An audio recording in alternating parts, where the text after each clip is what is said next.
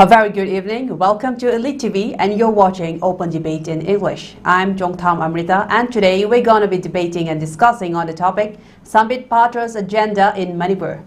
Tonight we begin with a high-stakes political development in Manipur. Dr. Sambit Patra has landed in Imphal, arrived this morning and headed straight to Churachandpur by helicopter. There he met two Kuki MLAs, V. Valte and LM Khaute, and also representatives to Kuki Zomi Council and Zomi Council as well. And then he returned to the valley and met with the MLAs in the valley, starting with the former Chief Minister Dhiren A. This visit comes just 2 days after Manipur quietly marked 2 painful years of unrest and nearly 3 months under President's rule. So what brings the BJP's notorious strategist back to the state? Sources say he's here to meet the BJP MLAs, both from the Kuki and the Valley communities. On the table is now the discussion and the possibility of reinstating a popular state government. But here is where it gets politically charged. Many in the ruling BJP, especially MLAs from the Valley, are growing restless. They are out of power and they are now frustrated. Local newspapers are also buzzing with reports that a popular government may be on the horizon. Again, that idea, we are being told, is just floated only not by the public but from within the ruling party. But there is also a gap here. While the MLAs may be eager, the public hasn't exactly demanded a return to elected government. In fact, much of the public seems to have accepted the status quo, at least for now. So the question tonight is, what is Dr. Patra really doing here? But this isn't the first time that he is here. In February, Dr. Patra accompanied Chief Minister Dhiren Singh to the Raj Bhavan to hand in his resignation. He also met the MLAs individually and declared they could not reach a consensus on a new leader. Days later, President's rule has been imposed and the assembly suspended. Since then, at least 2 attempts by the MLAs to regroup and pick a new leader were blocked by the BJP's central leadership. So, what changed? Is there any changes, or is Delhi now ready to reinstate a BJP-led popular government in Manipur? Tonight, we are going to decode these covert and overt agendas behind Dr. Sambit Patra's visit in Manipur. To discuss on this matter, let us first welcome our speakers for tonight. Our first speaker for tonight is joining us from online media, Oja Dhiren A. Sadokpam, Editor-in-Chief from the Frontier Manipur. Oja, welcome to Open Debate. Our second speaker for tonight is Oja Shanta Nahakpam, Secretary General for UCM. Oja, welcome to Open Debate. Very good evening. And our third speaker for tonight is joining us from New Delhi, Oja Dr. Naorem Bobo, Media Spokesperson for DMCC. Oja, welcome to Open Debate. Thank you.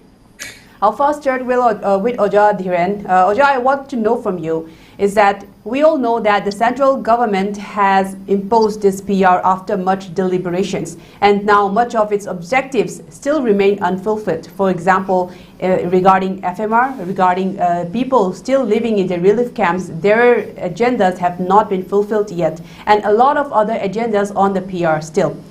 The question is, will the central government change their stance right now, or do you think that there will be some changes in the stance of the central leadership regarding a reinstatation or reinstallation of a popular government now that Sambit Patra is back in the state again? First of all, thank you, Amrita, for having me here. Amrita, I would just put it straight on the face.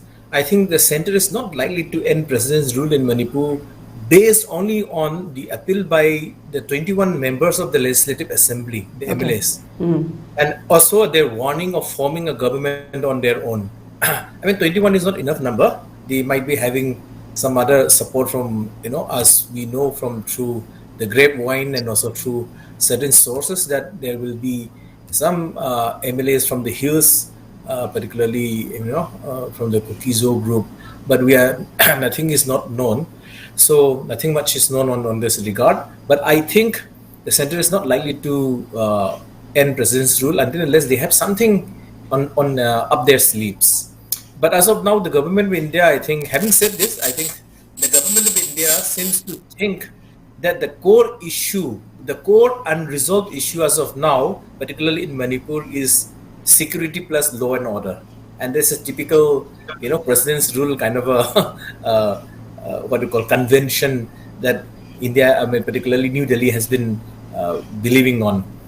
in the last 3 months, if you see, Amrita, PR seems to have had no effect, particularly on allowing common citizens from the valley, particularly the Meiteis, to travel to other places. And there is still the presence of armed Kuki groups, all of us we know that, and reiteration of the demand for separate administration. And if you remember, only on May 3rd, also I think in Chushanpur they had observed Separation Day, okay, and they said Meiteis and Kukizo Separation Day, whereas in the valley, or so-called in the Imphal, in the valley districts, I mean, many had observed it as kind of a remembrance day, or day to mourn, or I had called it, it's a kind of a day for collective grief. But I mean, that actually reflects, I mean, the situation is still volatile. The kind of a violence may have subsided a bit, and president's rule as imposed as, I mean, it has not had seems to have had no effect, except for recovering certain arms and other thing. And if you recall, when SAMBIT Patra came and met the CM, the former ex CM Dhiren, and met the governor, and they had submitted the resignation.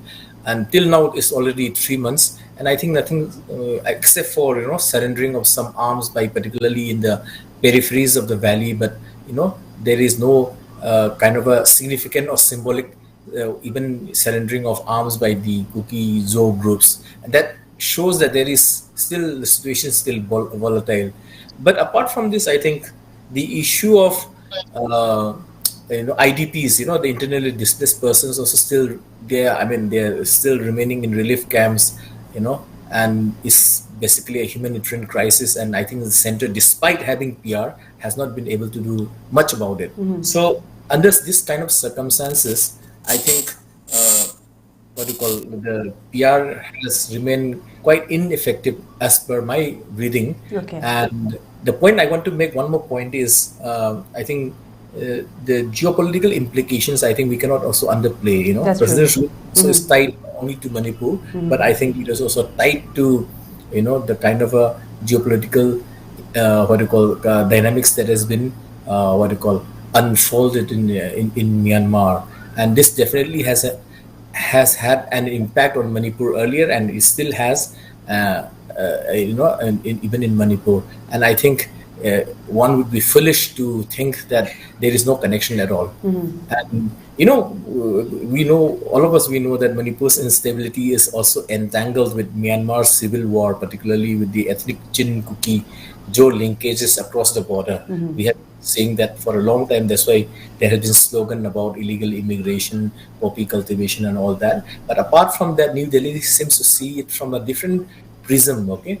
And their prism is primarily, India trying to counter the strategic interests of Myanmar, countering rather the Chinese influence, curbing drug trade, arms trafficking, and stabilizing the border. When they say stabilizing the border, basically it is also tied to New Delhi's idea of counter-insurgency, and that naturally it basically means regional security for the whole of Northeast, and also India Myanmar kind of a international border region. That's why I think a hasty withdrawal of president's rule would rather weaken New Delhi's position. Okay. So I think even if there is an insistence from the BJP party members or the MLAs, as you say, I think that would become quite insignificant to what New Delhi thinks. Okay. So I think this is just kind of a symbolism, but one never knows, because I think we thought despite so many demands, even in the earlier stage, and now it is almost 2 years, but in the first 1 year of the violence, when our former CM Dhiren had not resigned, I mean, I think, or the kind of ambivalence attitude of the Prime Minister, Mr. Modi, and Amit Shah's utterances, which completely, I mean, were not his statements, which were not grounded to certain realities in Manipur. So taking all these considerations, I think the center, particularly government of India, might not withdraw PR, but nothing much is not known, but with the arrival of Sambit Patra in Manipur and also meeting the Kuki Joe groups, there is some kind of a credibility also of what is being, what the kind of being talked about now about is there a possibility of formation of an alternative government without Mr. Dhiren Singh, okay? So this is there. But then one thing we should know is along all this, despite New Delhi's emphasis on geopolitical implications, New Delhi's emphasis on what they call securing law and order and all that kind of national security rather, and all that, we should also know that President Rule's credibility is bound to go down, bound to lower its image. It's bound to lower its image in the long run, because if you see across India, okay, historically, President's rule had been imposed in many conflict zones, and President's rule were withdrawn only after what you call certain objectives of New Delhi were met, like for instance in Jammu and Kashmir and other northeastern states. So there's no 3-month PR is actually longer period. So if you go by historicity of President's rule, I think it might not New Delhi might not be easily withdrawing President's rule. But having said this, I also still have benefits of doubt in the sense that anything can happen with the BJP-led government. Nobody knows what actually is coming up. But I think definitely the arrival of Sambit Patra in Manipur, and also meeting the Kuki MLAs, Kuki Joe MLAs. I think he met 2 MLAs today. I think this might be also some kind of a tactical alternative to appease the MLAs. When I say MLAs, means particularly the MLAs from the valley and even the Naga MLAs, that he is trying to get in touch with all MLAs representing their own respective constituencies to have some form of to have a facade of democratic process. Okay, so for now, I think I'll just. Okay, very interesting. Yes, yes, Oja Dhiren, but one quick question. As you've also mentioned the geopolitical entanglement with the Northeast law and order situation and with India-Myanmar issues, do you think that the main objective of the PR imposition in Manipur has now become to tackle with this geopolitics unfolding in the border of Myanmar, and rather the issues of Manipur, especially regarding free movement, as you mentioned, and regarding the people in the relief camps, have taken a backseat? Rather, the geopolitics have taken the forefront, and that is why why we are not seeing immediate results in the state? Amrita, you are partially right. When I say partially right, it's not in terms of the correctness of it. When the correctness is with certain kind of validity, but I think yes, New Delhi's approach to Manipur is always two-pronged. It is internal, and at the same time it can be external, as you said, geopolitical implications and other things. But see, let us see it. We see it, it's a concrete. I'm not talking through certain kind of a theoretical prism or certain what you call wishful thinking. Okay, so in the last 2 years, there have been kind of at least in the valley or in the Imphal Valley, there have been some kind of a peace, and there has not been much of a kind of a clashes between the two communities or even in the peripheries of the valley. Okay, so New Delhi very well knows that there are no trouble, but if you see the amount of the kind of the flag marches done by the central or the army, paramilitary forces, and including even state government, Yes. If you remember, if you have witnessed it, okay, I mean, it's in some sense it also betrays the idea that New Delhi actually knows it. They might be knowing that there won't be any kind of disturbances. Take, for instance, Kokomi rally and elsewhere, many other CSOs and other people had observed the day, okay, the 3rd of May, very peacefully, okay. Right. It was a peaceful kind of thing. But despite that, remember there were flag marches in the corners and in the nooks and corners of the valley, and this is a kind of a thing. I mean, they're trying to show symbolically the might of New Delhi, but they should have done that 2 years back. Okay, they never did about that. In fact, New Delhi willy-nilly actually helped the separation. If you remember, members of Kokomi and members of other people were actually engaged in transporting population, okay, all in the name of saving our own people, okay, or in exchange. So, and under the watchful eye of the Assam Rifles and other thing, what does it mean? Are we trying to endorse some form of separation ourselves? Okay, so what I'm trying to tell you is this kind of security arrangement now you see under PR was totally absent despite, PR. I mean, there was a kind of a de facto PR when Manipur CM was not ruling. I mean, at that time, I mean, since 2023, yeah, the security advisor, okay, it was a central kind of a thing. So I think if you look at this kind of the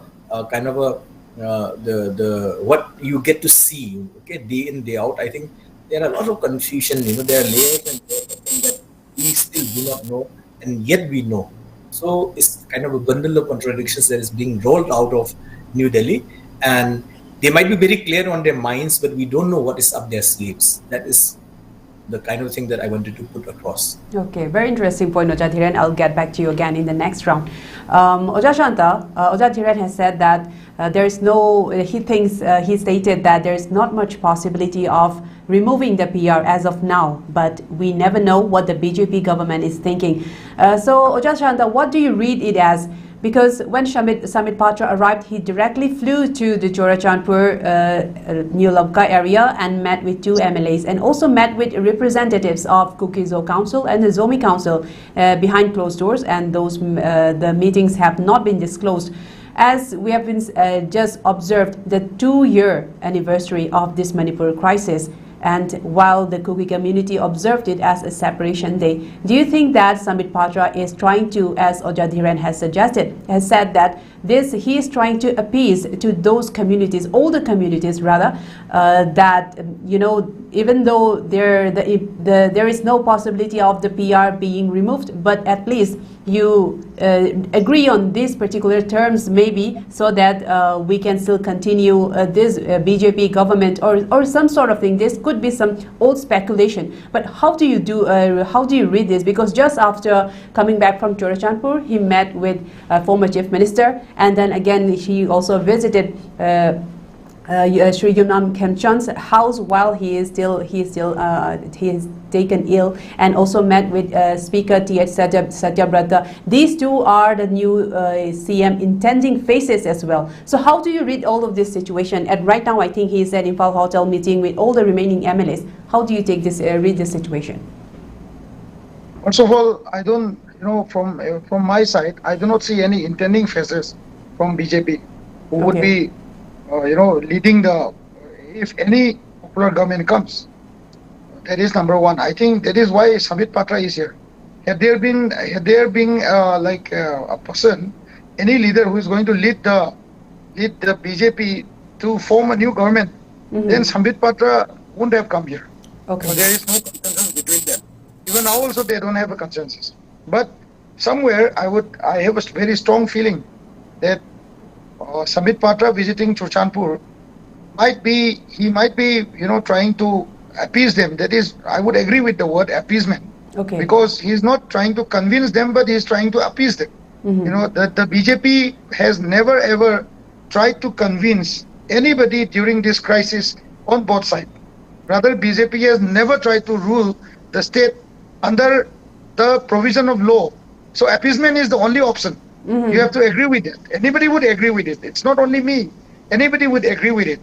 Tamo has rightly said that when the crisis started, the army had, instead of doing the flag march and the psychological, war that showing the people that law exists and you cannot betray law or you cannot go beyond law by doing so much of heavy flag march and showing the strength in front of Kangla on May 3rd, 4th, 5th, even on May 10th or even on May 20th. Or even on June, July, they could have done it at that time also. But they didn't do it. Why are they doing it now? Right. Because there is only one option, appeasement. Because there is no agreement between the politicians. Let us not talk of the community. I think we should abstain from talking of the communities, because we are going to give a print of community to community image, which is very bad for the future of our children and our the future of our people, both sides, the indigenous tribe as well as the Metis. and the Pangan and whoever is, who belongs to the country of India and who are listed under the Indian Constitution. We should not be talking of both the communities. Rather, we should be only talking of how the law has been behaving till now. Sambit Patra, just imagine when the PR was about to be imposed, Mr. Sambit Patra came down. He met so many people, and I think that time also he was not trying to convince the people, the different leaders, and he wouldn't. If had he or the BJP Central Command had decided that the government would continue, then he would be picking up one person whom the BJP Parliamentary Committee has picked, and they would have been using his name, and rather he would be convincing other MLAs for that particular person whom the Central BJP Parliamentary Committee has picked. Okay. That is point number one. Mm-hmm. That was not done. Even today also, he went to Mr. Valte's home.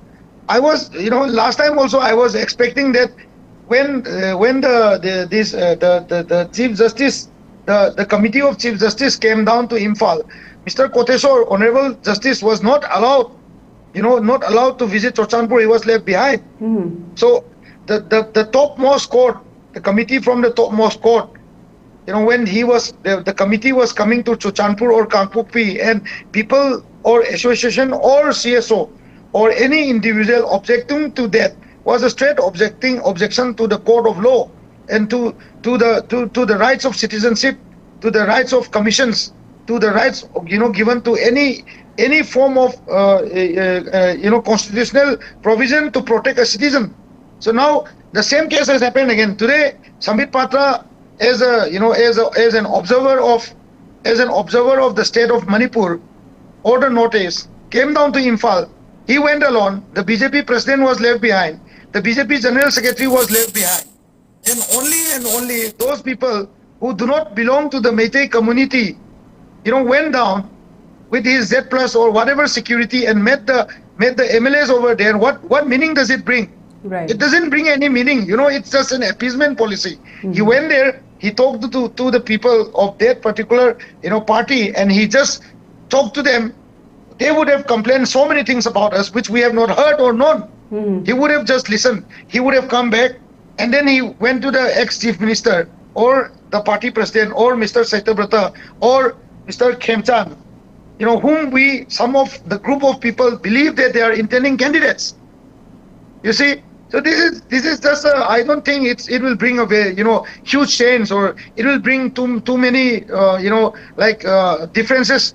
While even if they form a government or even if they don't form a government, because they are not doing anything as per law. Today we would have expected, as there was the first round of talks where some of our CSO participated in New Delhi. There is a rumor of second round of talk going to happen.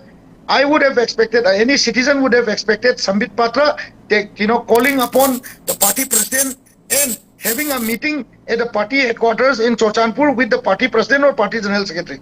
But right. Party doesn't belong to Sambit Patra. I don't think he is the lone owner of this political party. So there is a central committee of the party, stationed here in Imphal. There is a general secretary. There is a party president. There are so many party executive members, steering committee. There might be so many things.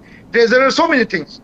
So if Sambit Patra had come through BJP to form a government, then there would have been a different thing. But if Sambit Patra had come with the orders of the Home Ministry to appease, different leaders, I would take like that. He has come here not for BJP or for the formation of the government, but he has come here just to appease different leaders to come on table and start a talk, or, make an understanding, or just simply trying to tell them the situation has changed. Okay. You need to think differently, just with a cup of coffee. So I don't think we should be, exaggerating, or we should be promoting that Sambit Patra has come down and soon there will be a popular government. We shouldn't be talking all these things, because we have seen many times as he came down, as many times as the Home Ministry has come down. But there is no difference in the law and order situation of the state. I would rather say that yes, today there is no firing. Today there is no, buffer zones are quite silent nowadays, but it doesn't mean anything, because After the appointment of this governor, our governor, His Excellency has failed, twice.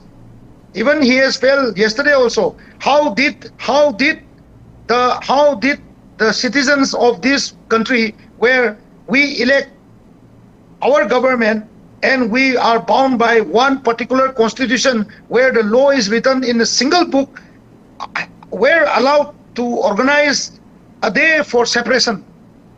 Right. I would like to have an answer from him also, from anybody of the administration, from the Home Department. How did they allow people to organize a memorial for, forget about the gun salute, forget about everything.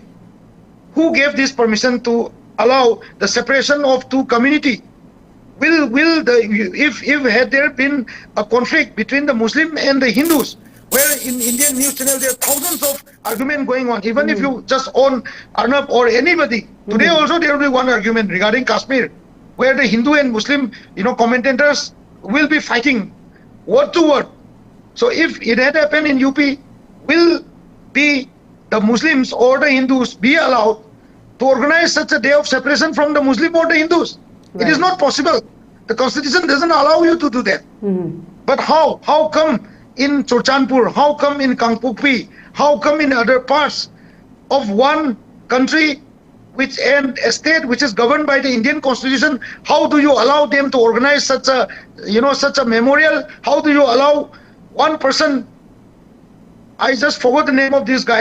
I think he's an MLA. He has been talking that we were given. In government of India is convincing us to, with 6th schedule, but we have not agreed. How can he openly say that? It is something to be discussed in the House, August House of the Assembly with the elected members. It is not these kind of things are not supposed to be discussed on a platform where you call all your community people and you just give them some words so that the love for their land and nation will grow up inside their mind, and you can ignite hatred of other communities. This is not done. So it's a failed system where Samit Patra has been going there, to appease different leaders to come on table to talk. Anyways, in such a situation, even if the leaders agree to his word, it will be a big achievement for the central government, because till now we have not seen any political party, any party president, any party general secretary having a table-to-table talk between the party members of different community. Rather, they have been pushing to the CSOs, to make them sit together and declare it a community-to-community conflict, which is not exactly the proper and truth. This conflict is the conflict between the law and order and the constitution, the implementation of the constitution. We have to clearly understand that. I would close my first round with all this. Yes, very interesting point, and you raised the Shanta. I'll get back to you in the next round. Now, regarding this point of appeasement to a particular community, I'll take that point to Oja Bobo. Oja Bobo, do you think that this appeasement includes for this particular community to also surrender their demand for the separate administration? Because as Oja Shanta said, within a country, within a nation, one particular community is organizing such kind of a separation day from a state, and even the PR imposed governor is not saying a thing. Rather, the DC of Chorchanpur had in fact allowed that to happen, the gathering in fact.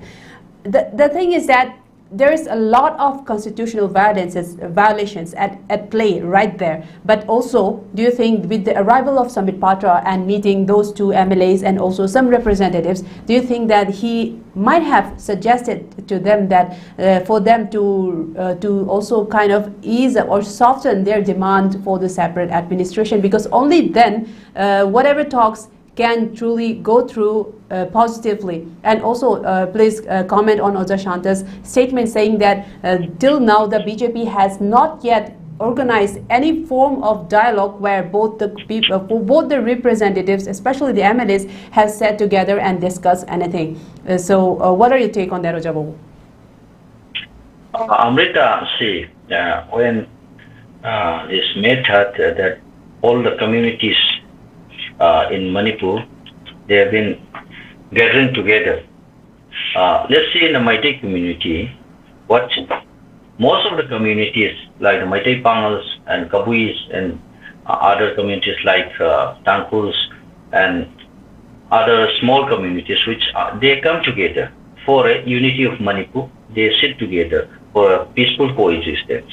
The difference is that the so-called Kuki-Jo community, they are the only communities without any other communities. They demand for a separate or so-called Jalengam or so-called, they sit in protest everywhere which they are dominated. Areas in Chochampur, like in Kampupi or somewhere in More. So even in New Delhi, they have done a sit-in protest in New Delhi itself. Yes, Oda Santa has already stated about that. They demand for separation day. This is their theme.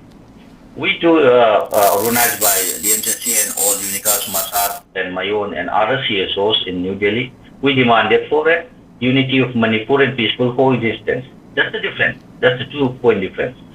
And moreover, under the Constitution of India, that what are the violation of laws, which they should understand that is that the center or the law-abiding citizen, that all the 3 pillars of democracy, they have defied the Kuki-Jo communities. The executive, the legislature, the judiciary, all of them.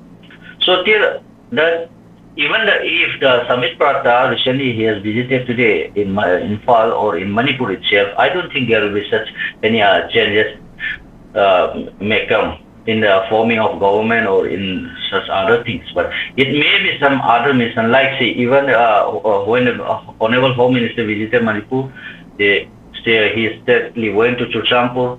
When the president rule was imposed in Manipur, the governor went to Chochampur to meet all the CSOs. Likewise, the same pattern is going on, and there is no solution yet, or no any positive sign has been seen till today. So it may be the reflection of the high tension going on in Pakistan and India after the Pahalgam terrorist attack. There is a high tension is going on. The two nations may engage in war, but it is not sure. But it may be. So due to that, the political stability of the northeastern region is a must for India at present scenario of today's condition. So it may be the region, one of the main reasons that the Samit Patra has been sent to Manipur to make some changes, or in political parties name, like the Congress has been demanding for a fresh election. Maybe the BJP sent Samit Patra to show that BJP is still in power, or something that cannot be happen, or the PR rule may prolong. There should not be such a fresh election or forming a popular government. So it may be the propaganda, political propaganda, to change the scenario or the main issues which may be diverting towards that.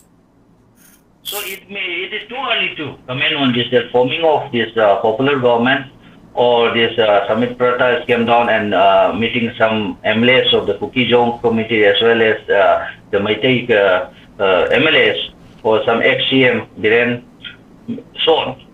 So it may be too early for us or for any of us to comment on this formation of government, because till today none of the demand made by the Meitei community or the Manipuri community has been done, like the buffer zone implementation of free movement and so on. Return of the IDPs, well, none of them has been come into this action. So it will be very difficult for a party like BJP or a party like Congress to give a statement on this formation of government. That will be very difficult to comment on this present situation. And also, Oja Bobo, as you know that Samit Patra is also holding meetings with individual MLAs, just like he did the last time he was here in February. And at that time as well, there was no consensus at the time of picking a leader. And still, do you think that at this moment, even though there is no possibility of picking a leader, do you think he is still trying to, what kind of an appeasement he is trying to make, and what do you take on that? Even though it could be speculation yet again, he is still trying to meet all of these MLAs individually yet again in the same place where there was no consensus the last time. See, it is my personal belief. It may be that Samit Patra has been sent as a messenger to the Kukijo MLAs, the communities which are violating the laws, violating the constitution. It may be the final call for them. Maybe it may be. We have we cannot just comment on that, but it may be the final call for them to negotiate or to come under the law or follow the rule of the law. That may be the final call which Samit Patra has been sending a message to them, maybe by the central government. But in India today, India needs a very stable stability of the northeast region. That this presence, because of the two nations, Pakistan and India, has been at very high tension. They may engage in war. So India needs all of the other part of the state to be in a very stable way. That's right. So they may call a very, very strict message, maybe given. We don't know yet why the Samit Patra has gone there to personally meet. He may be the messenger to them to say that this is a final call for you, so do lay down your arms, follow the rule of law, and come to the mainstream. That may be the possible way. Okay, very interesting point. Really interesting point, Oja Bobo. Well, I would like Oja Dhiren, if you agree with what Oja Bobo said regarding the lady laying down or surrender of arms by these militants, and that could be one of the talks that happened behind closed doors. And also, Oja Dhiren, I want to know from you is that the Samit Patra'S, today in the newspaper, Speaker Satyabrata also said that the people are dissatisfied with the PR, and also just a few days ago, maybe almost a week, on April 29, 21 MLAs have also written a letter to the Prime Minister and the Home Minister saying that people are not satisfied with the PR regime, saying that there is still no free movement and a lot of issues still not taken up by the PR regime, as you said earlier. But meeting with the speaker, meeting with also all those intending candidates as well. Do you think? The statement given by the speaker. Do you think it is also an opinion that's coming from himself rather than not from the people, or is this visit could be a response from that particular letter that was signed by 21 MLAs from the Valley? Oja Dhiren, you're on mute right now. Amrita, can you hear me now? Yes, we can hear you. Amrita, before I come to the question that you have just asked, I think let me put across two elements which I introduced in my earlier question that you have put up, okay? I think PR is, particularly Samit Patra'S visit to Manipur, as I said, and I think Shanta also had, agreed with me, is one form of tactical alternative to appease MLAs. It's actually more than appeasement, actually. More than what I'm trying to say is it's a tactical alternative, okay, to appease MLAs. And I think he's done it. And MLAs means some MLAs in the valley, some MLAs in the Chushanpur area and all that kind of thing, okay. And second is about this conceptions and misconceptions all about whether the people is supporting PR or people are not supporting PR, as that is again directly linked to the question that we are asking about Satyabrata's the honorable speaker's kind of a comment.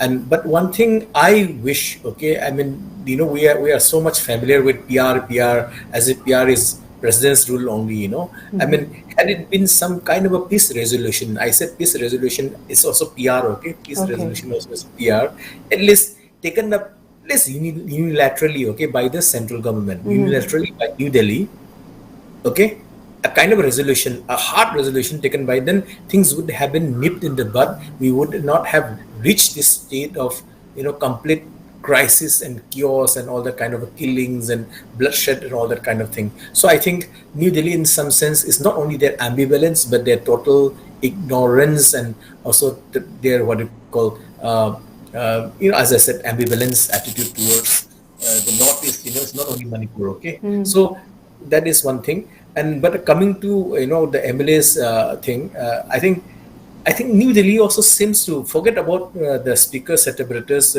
comment for a while. I think the central government also seems to think that, the kind of a restlessness, as you said, you have mentioned, restlessness of the MLAs. I think they are, the center is treating it as kind of a manageable political inconvenience.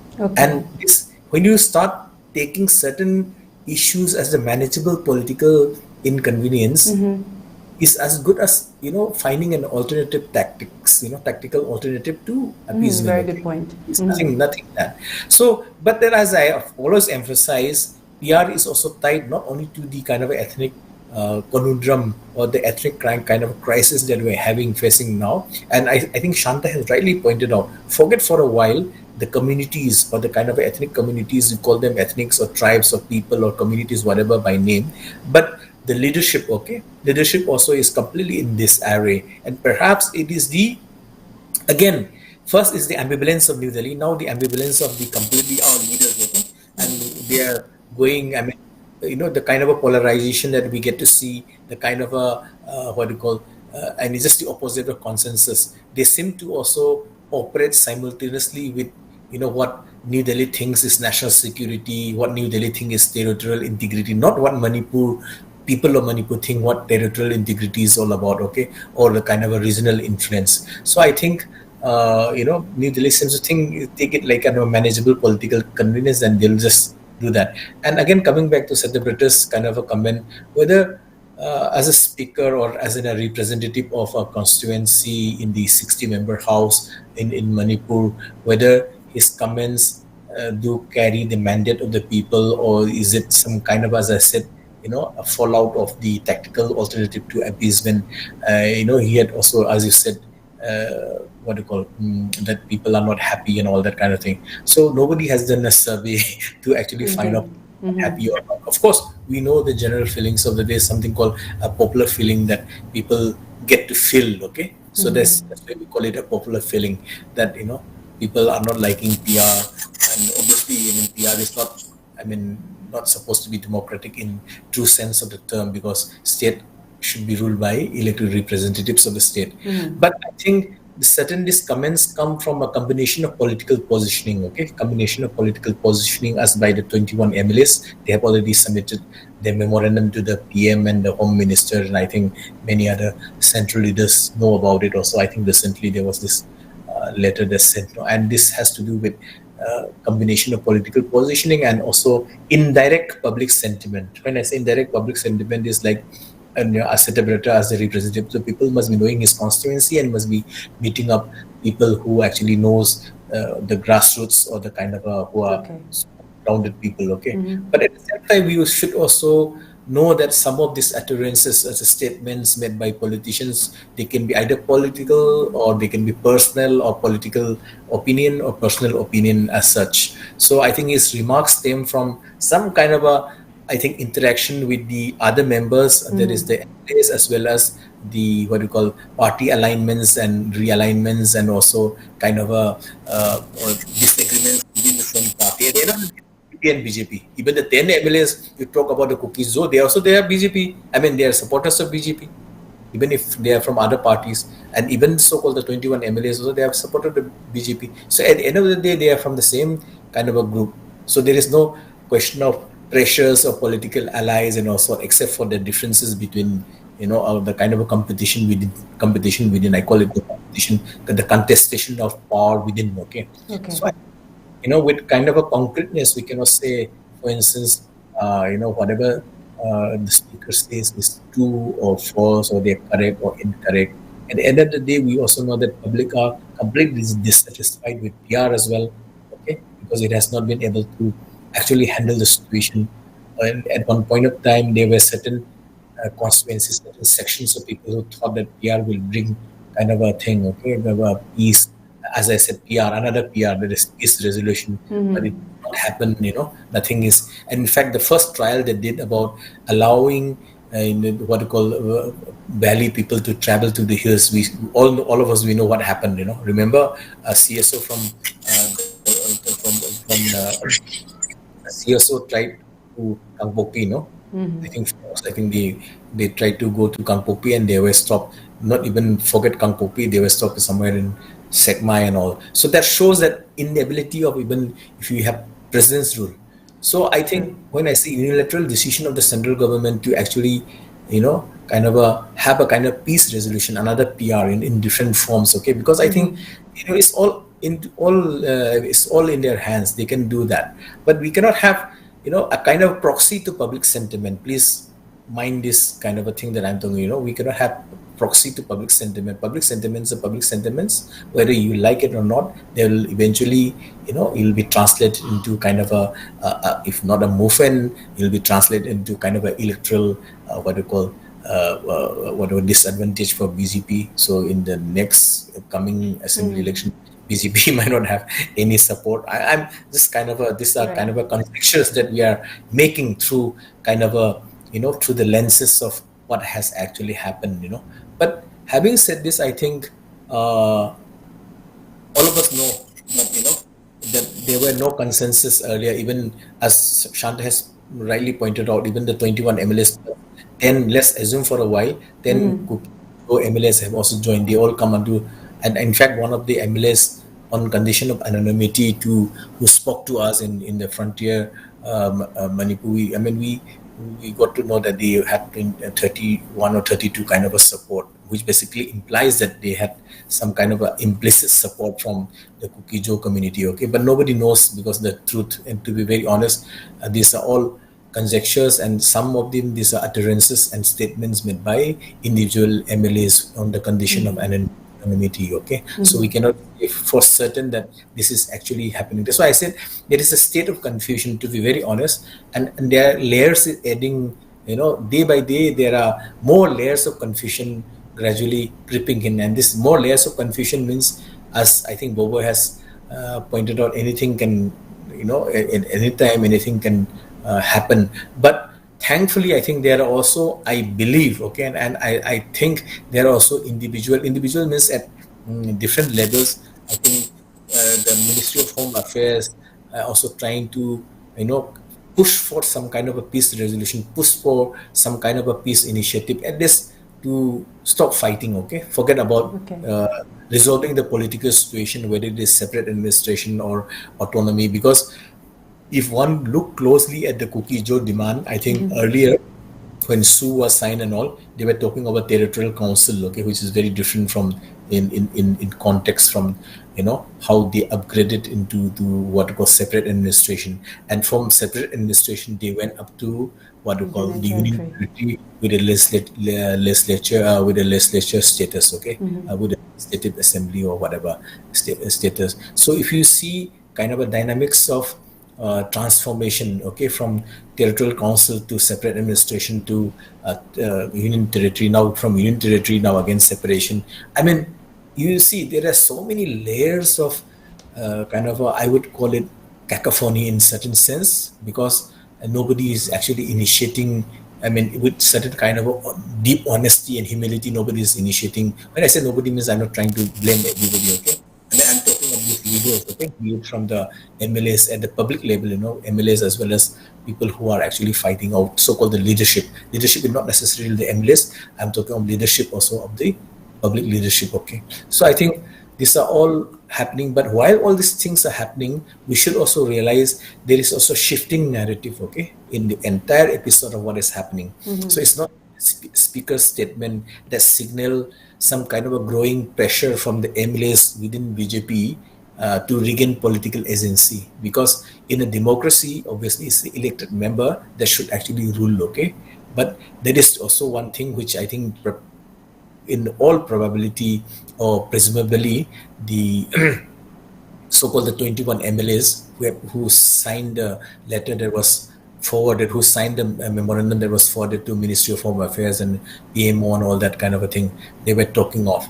But if they were really sincere, I think one should also have the ability to bridge the divide, okay? When I say bridge the divide means that it could be people to people, it could be from CSO to CSO, it could be individual to individual, some form of thing. At least we agree not to fight and also discuss all this thing at one point. But when you try to harp and when you try to make your slogans of separate administration or slogans of not recognizing other tribe or other community at a higher pitch, okay, there is no point for, I I mean, there will be no meeting point for reconciliation or other things. So I think at this point of time, we should rather be talking about, you know, reconcile, some kind of a reconciliation within ourselves. While sidelining, when I say sideline, it's not in the terms of neglecting, what the kind of putting proposals, some things in priority.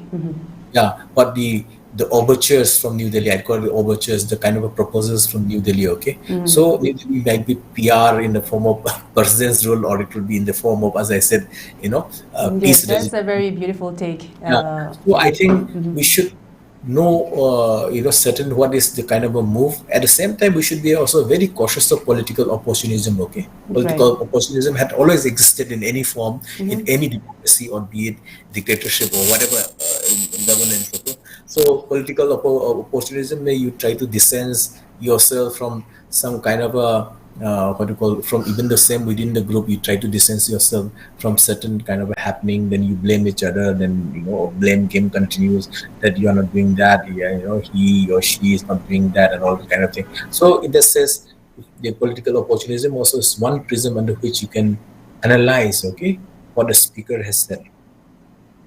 This doesn't mean that I endorse the former kind of a regime, this regime run by imbalancing, but we should know precisely, as and Shanta had pointed out, I think there is no consensus, no leadership, no consensus.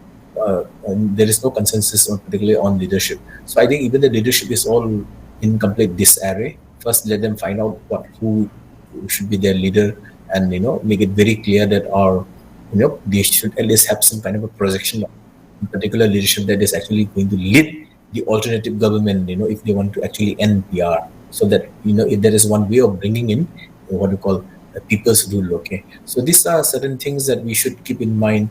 And apart from that, I think we are in a state of constitutional hurdles, Right. I think the last discussion that I had with you, I think Shanta and Bobo, I don't know if Shanta and Bobo were there or not. We also talked about whether imposing president's rule without making the assembly function, at the level of convening a session of the assembly were right or not. Nobody talks about it anymore. So that's why constitutional hurdles are there, president's rule.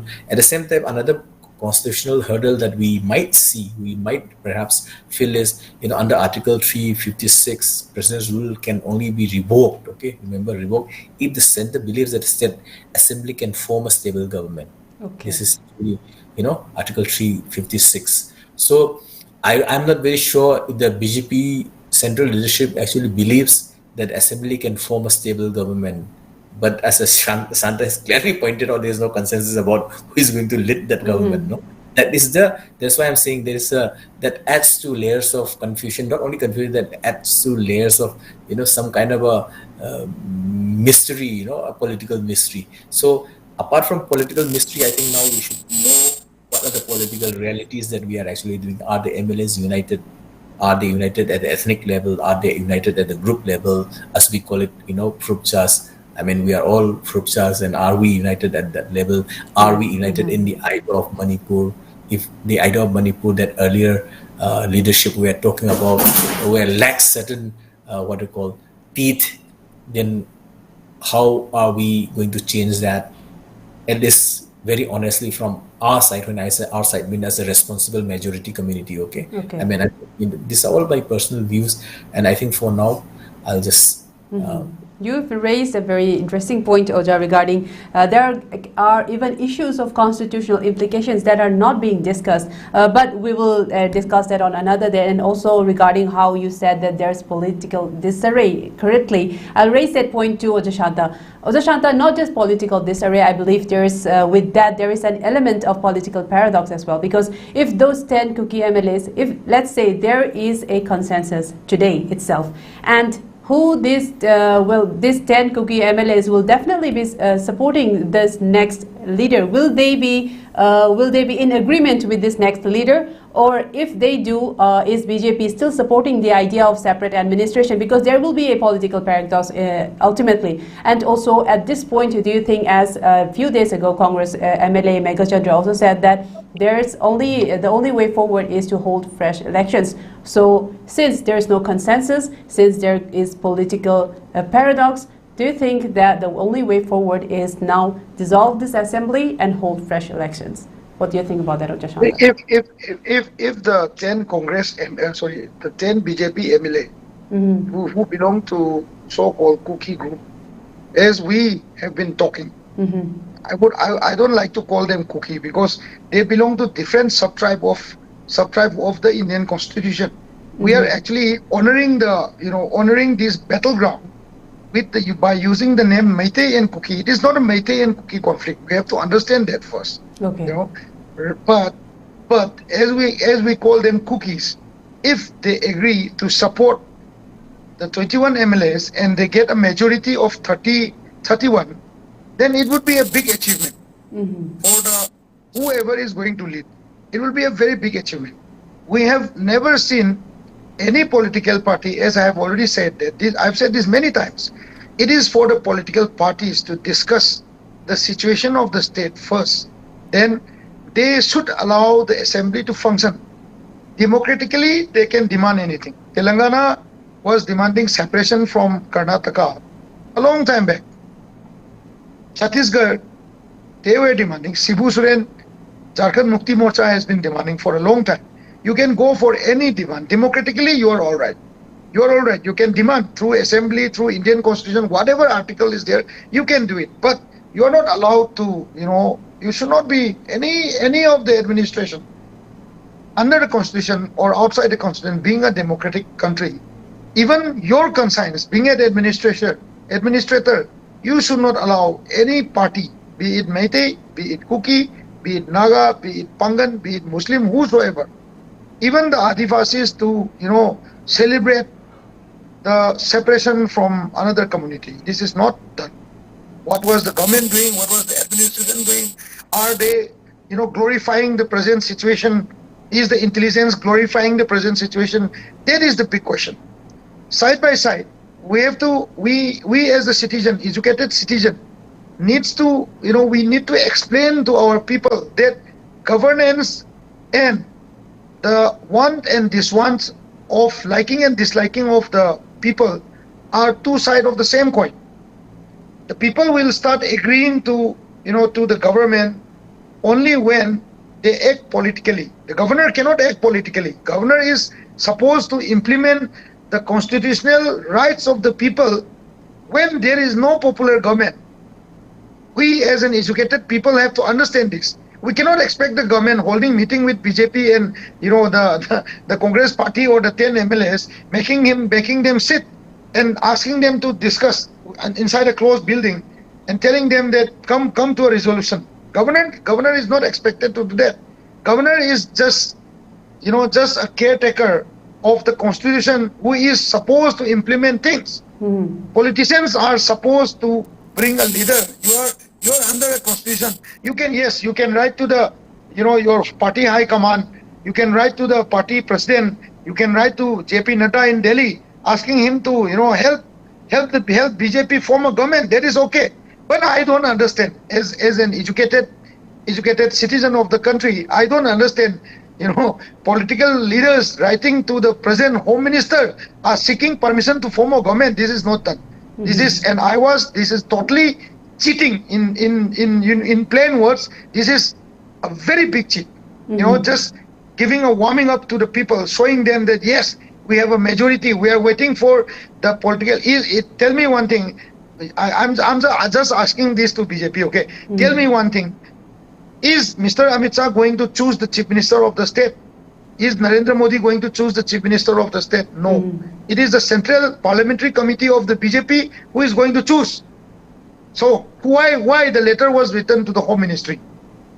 Why was the letter written to the Home Ministry? It's a very big argument.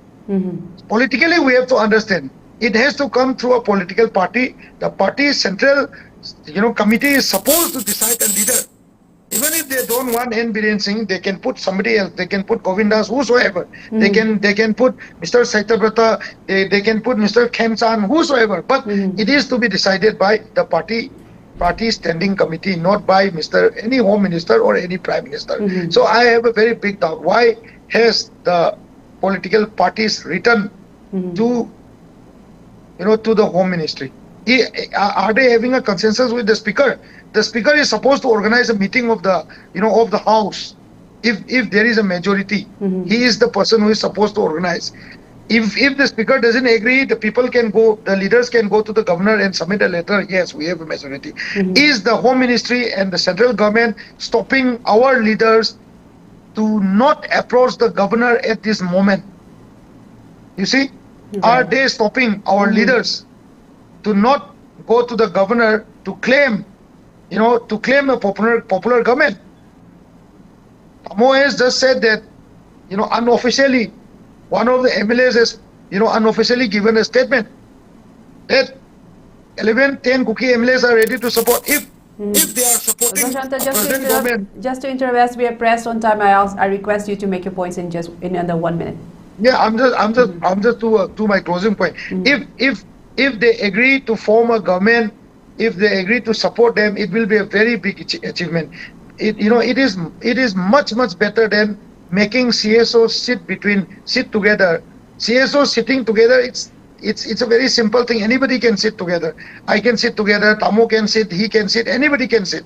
Any organization can sit. But lawmakers sitting together and trying to discuss the present situation and opening the August Assembly for the people through the representative is the biggest thing, and this is the biggest challenge. Thank you so much. Very good point, Oja. You have rightly highlighted the crisscross, or maybe crossing over from party lines to the administrative lines of in the way how the 21 MLAs have joined together from the BJP and also some other parties as well, and then written to form a government to the Prime Minister and Home Minister, which is completely bypassing the whole constitutional, and not just that, and also overriding all of the from the party to the administrative, which is uncalled for actually. Now, since we are pressed on time, I'll make this last point to Oja Bobo, and I request you to keep it under 5 minutes if possible. The thing is that since Sambit Patra's arrival in Imphal, as our two speakers, Oja Shanta and Oja Dhiren, has very clearly pointed out that this will not lead to a popular government, but rather this is in fact an appeasement. My question to you is that, Oja Bobo, do you think that any one of the MLAs among the 31, let's say, that one of them, can you even think of one name who has a written roadmap on how to resolve this crisis, any one of them? Or if not, then if that is not there, then do you think that this is just a routine visit, just to have a cup of tea with everyone and show faces that something is being done? Or this is just, or do you think this is an exercise for the BJP MLAs to still reconcile, to be grouped together in order to face the next General Assembly elections? It's like one exercise for something in the far future. What are your thoughts on that? Please give your points in another 5 minutes. Yes, Amrita, very interesting question. That when you choose some of the MLAs who are claiming to form this like a popular government, but see, during the last many years, the popular government has failed to resolve the government, that problem in Manipur. And now the PR has been imposed. Even if PR has not done anything that is positive in Manipur, right now the people who wanted to stay together or the coexist stand peacefully, that was not happened till now. And secondly, that even if the Samit Patra, even if they propose for a popular government, it may not work, because within the BJP, the old MLAs, which two of our speakers have already mentioned, that there is no consensus between them, and that will be very difficult to form a popular government. And thirdly, even if a fresh election is mandated in Manipur, but this time public of Manipur have woken up that during this 2-year crisis, public have learned a lot of lessons. So not only BJP, not only this Congress party, there may be a third front in Manipur. If the fresh election is to be done in Manipur, there may be a very big third front maybe. Maybe the regional parties even if in 2027, if there is election, not only the BJP, not only the Congress, people will choose for another third front, a big front which can lead Manipur, which can transform Manipur in a peaceful way, in a progressive way. So people have learned a lot from these last 2 years since May 3rd, and what the government has been doing, what the security forces, what the bureaucracy has been doing. So every landman has learned of it. So let us hope for a quick to resolve the Manipur issues altogether, and let's hope for a peaceful Manipur. Thank you. Indeed, a very beautiful closing remarks from Oja Bobo. Now that brings to the end of tonight's discussion. We have discussed regarding Samit Patra'S agenda in Manipur,